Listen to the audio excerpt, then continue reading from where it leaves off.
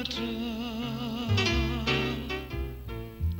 ivimbina sedosa fijerana hoay satriko ianao tsy ho atao ankamantatre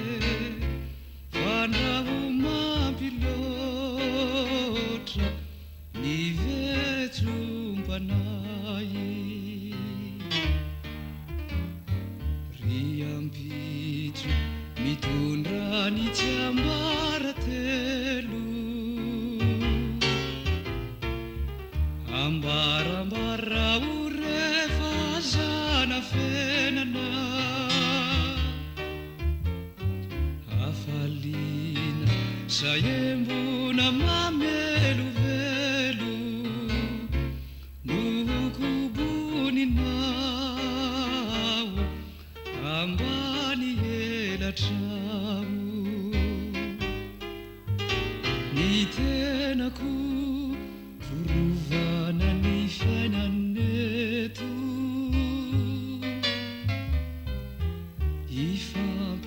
ifampitolomany andro sy ny alina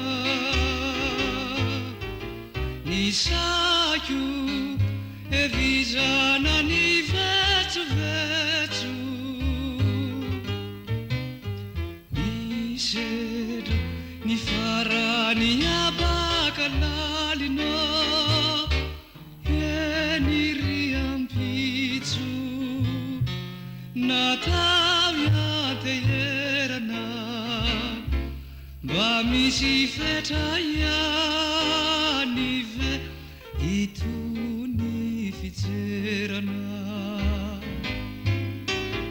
ny tenako forovana ny fiainaneto ifampitolomany andro sy ny alina ny sako evizana ny vetsovetso misedra ny farany abaka lalina